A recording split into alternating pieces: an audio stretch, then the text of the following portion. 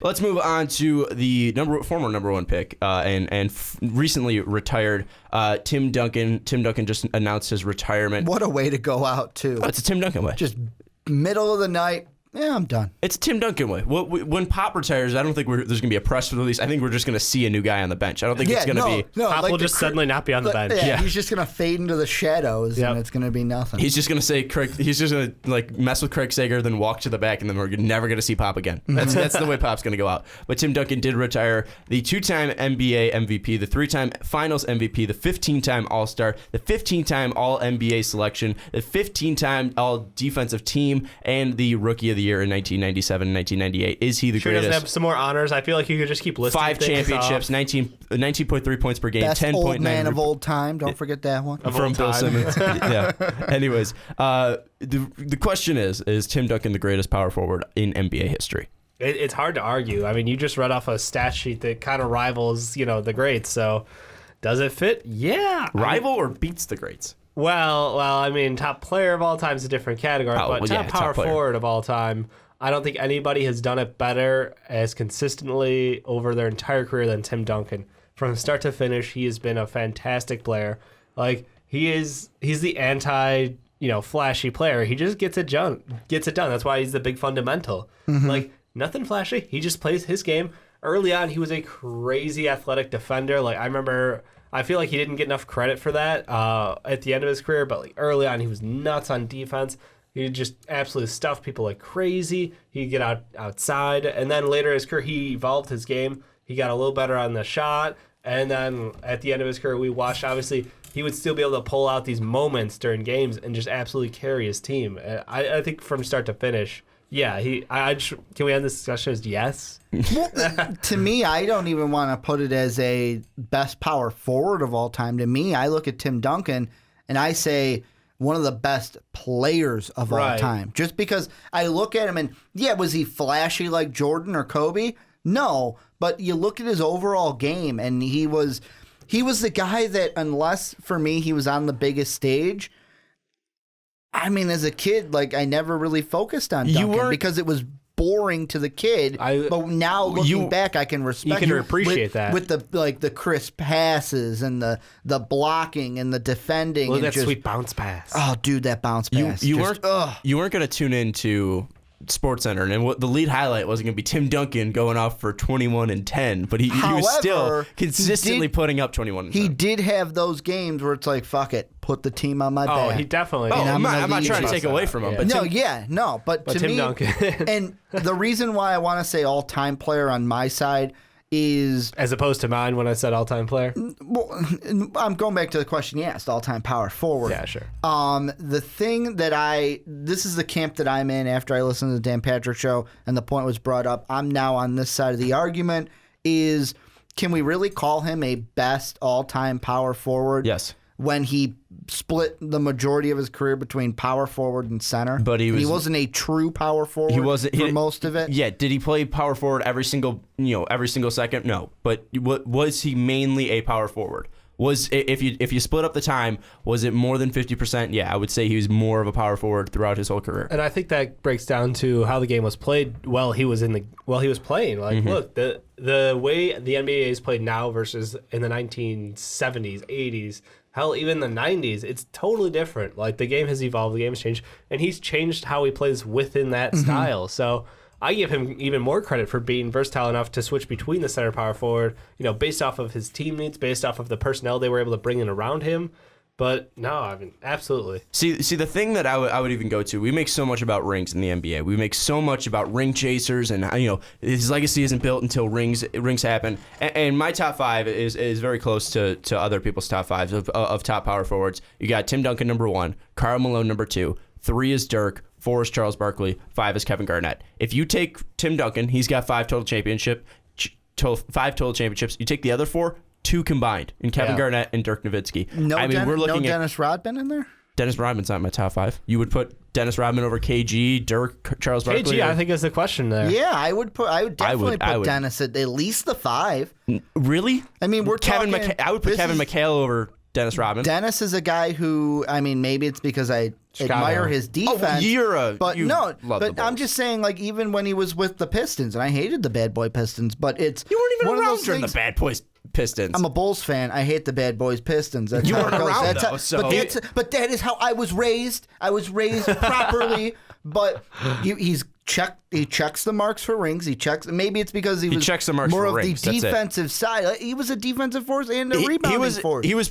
The only thing was the offense was you averaged 5 a game, but look at his defense. But when and he got hot, he started jacking up threes. Okay. That was the funniest shit in the world. When Rodman starts dropping threes on you, know the game's over. And his hair. But if we're talking about. If we're talking about greatest defenders of all time, Rodman's top 5. I'd still put him 5 over KG. Okay, here. Yeah, do you want me to read off? This is a weird disrespectful to KG thing. But yeah. Okay, honors for Rodman: 2-time All-Star, 2-time All-NBA, 2-time Defensive Player of the Year, 8-time All-D selection, and a Hall of Famer. Okay, but if we go to KG, also Dennis Rodman didn't even average 10 points a game in his career. So I mean, if we're talking greatest defending power forward of all time, yeah, he's better than KG defensive wise. He also played with Michael Jordan and Scottie Pippen for most KG's of that time. an MVP, a 15-time All-Star, a 9-time All-NBA selection, Defensive Player of the Year in 2007, 2008, and a 12-time All-Defensive selection. So he's got more All-D appearances than Dennis Rodman. Here's my biggest thing. You ride the Chicago Bulls cock. Well, no, it's not that. It's that. It's the impact. If KG also played with Scottie Pippen and fucking Michael Jordan, I don't think he would have as many accolades either. KG was on an island for the majority of his career. Dennis Rodman was never the guy. KG. Yeah, he was. That's what I'm saying. So when you're one man, and he won Defensive Player of the Year with the big three, the first ever Well, that was the anything is possible year. Yeah, I mean, you look at Karl Malone. Him and Stockton were the 1-2. Dirty Dirk, he's the lead of the Mavericks. Timmy D, he was the lead. Well, not early on because you had the Admiral, but and then you had Manu and Tony. Yeah, but Timmy D was still the leader of that team. But when Dennis they were taking pictures, it was Dennis Manu. Rodman was the third behind Jordan and Pippen. Exactly, he couldn't be the lead. I mean, yeah, you're going up against two top. It couldn't be the lead. That was just his role. You're going up against two top 15 players of all time. We're off the point though. We gotta get back to Timmy D. Okay, what my point was that I was saying between the my top 5. Yeah, there's a very large gap in rings. 2 guys have championships. Other than that, Tim Duncan has 3 more rings than these guys combined. Speaking about the rings, I want to throw this out there, and this is also to the listeners because I want to know what you guys think. Yep. Because we talk about rings so much, this comparison. Both of these guys have 5 rings. Which career would you rather have? The exciting Kobe or the casual, not so exciting Tim Duncan? Personally, I would say Kobe because of the cash. Because that Nike deal was probably a lot right there. So I mean, I would take literally not just from a completely selfish reason. But would you and the one thing I throw out there is, Tim Duncan would did have a you lot of take ads. that where Kobe had money. the I'm going to use the air quotes exciting moments of his career where Tim Duncan never had. You mean he was a stone cold killer? And he was a highlight I'm talking reel. off the court too, where Tim Duncan never had those same issues. That's why I said air quotes of not drama. really exciting drama. Would you rather have that with the Kobe, or would I? There's a part of me that's like I would have both, but I may side with Timmy D just as a reserve. Just float off to the other. Timmy D is the least exciting man who is an amazing player I've ever seen. He also is in San Antonio, which as far as anything goes, I'm sorry, it's very quiet compared to LA where shit hits the fan. Kobe is kind of like if we saw a star in OKC. Kind of if we saw one there where it's OKC's nothing like LA. Yeah, it's just complete polar opposites from a marketing standpoint. Kobe's a worldwide phenomenon. Tim Duncan is respected worldwide, but he's nowhere even close on the same level. I do want to throw this out there, though. Who's got more MVPs? Tim Duncan has 2. Kobe's got 1. Yeah. How many does Steve Nash have? Steve Nash has 2. That's right. Dwight Howard. I'm sorry, Shaq. That Shaq Steve Nash shit. Just a joke. Just a joke. Yeah, no, but I would rather. How many does Michael Jordan have? Because the best player doesn't always get the MVP. Let's just leave it at that. What, Jordan has 5?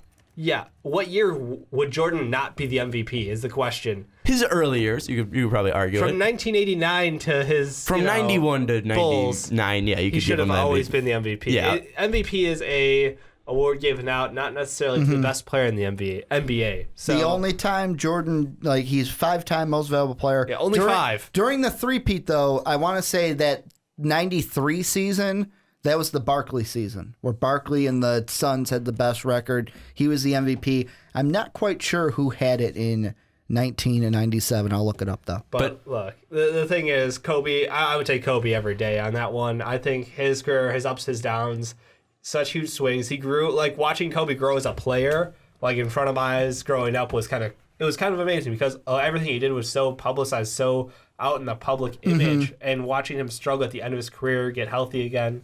Like, it was crazy. I don't want to take a lot away from Tim Duncan, but no. But the thing is when you're looking at these all-time lists, and as a younger person, I think they call us millennials. Looking at guys like Elgin Baylor and George Mikan and guys era. like Bob Pettit, obviously different era, but like I feel like in 30 years when people are when kids in my position or people in my position who are like around that area where they're 18 to 26, they're going to be looking at these guys and be like, well, who is Tim Duncan? Like I feel like they'll know who Kobe is because they'll see the highlights, they'll see him consistently plastered. People dads from LA will be like, see, there was this guy Kobe Bryant, and talk about a movie, talk about a storybook ending, a guy going out and dropping 60 points, and then people in San Antonio will be like, yeah, he was one of the greatest all-around players. I mean, his nickname was the Big Fundamental. Kobe was the Black Mamba. Nothing sexy about that. And Kobe also had when you're shooting a water bottle into a garbage can, you're not like Kobe, the Big Fundamental. I don't know though. That hook shot, bank shots all day. That hook shot that he had is like San Antonio was like the most drama-free. It was like I didn't even have to look. I was like, oh, the end of the NBA season, San Antonio won what, like 50 plus games? Yeah. Like, I don't even look. You just know they're going to be there. Like that was the thing that made Tim Duncan great was consistency over that period of time. And I mean, we talked about, yes, he had the Admiral early on. He had Manu, and then Tony. And after a couple of years, it's like, yeah, they had the same core. San Antonio was just probably the best run organization in the last 20 years. Without a doubt. You could easily say, and teams have tried to copy off that and not successfully, but look, I mean, Tim Duncan, you can't say enough good things about this guy. Well, and before I make my next point, I did find out it was 93, Charles Barkley won it, Karl Malone won it in 97. Hey guys, guess what?